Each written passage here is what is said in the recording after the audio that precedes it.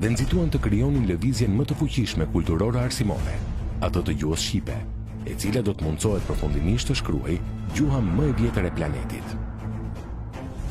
Dinastia kishte kohë që po lëvizte me kapacitet të plotë dhe me librat e dhënë nga Sami Bey Frashëri, tashmë mësoi kudo. Qysh nga fundi i shekullit të 19, belerët e Cakranit kishin në konakët e tyre mësonjës shëtitës. Her Hamit Lumi e her unë, ata na paguanin, jo vetëm për katundin e tyre, por edhe për katundet të tjerë, si Gorishov, Buzma dhe Klos, shkruan përfaqësuesi i kolonisë së Bukureshtit Kristo Karbunara. Për herë të parë, zyrtarisht, shkollën, belerët e Cakranit e hapën në sarajet e tyre, me një inaugurim madhështor dhe pjesëmarrje të gjithë figurave, sa patriotike aq edhe kulturore, ku i bari foli Babdut Karbunara e të tjerë.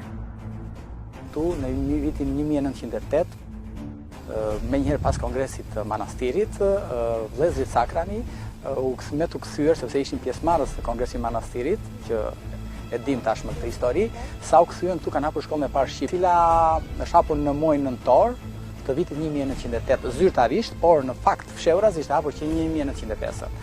Mësuesi i parë ka qenë Vizk Babatasi, por drejtori i shkollës më pas u bë një tjetër frymëtar pavarësie që ishte Panas Floqi, një personazh korçar i jashtëzakonshëm, ne e dim.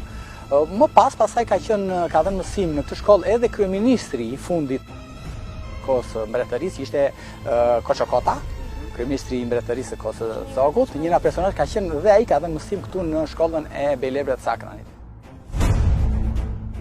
Përfaqësuesi i kolonisë së Bukureshtit, Kristo Karbunara, shkruan: Shoqëria e Bukureshtit më pati dërguar me postën austro-hungareze në Mol të Vlorës, pliko me viblla e fletore shqipe më 1909 për belerët e Cakranit.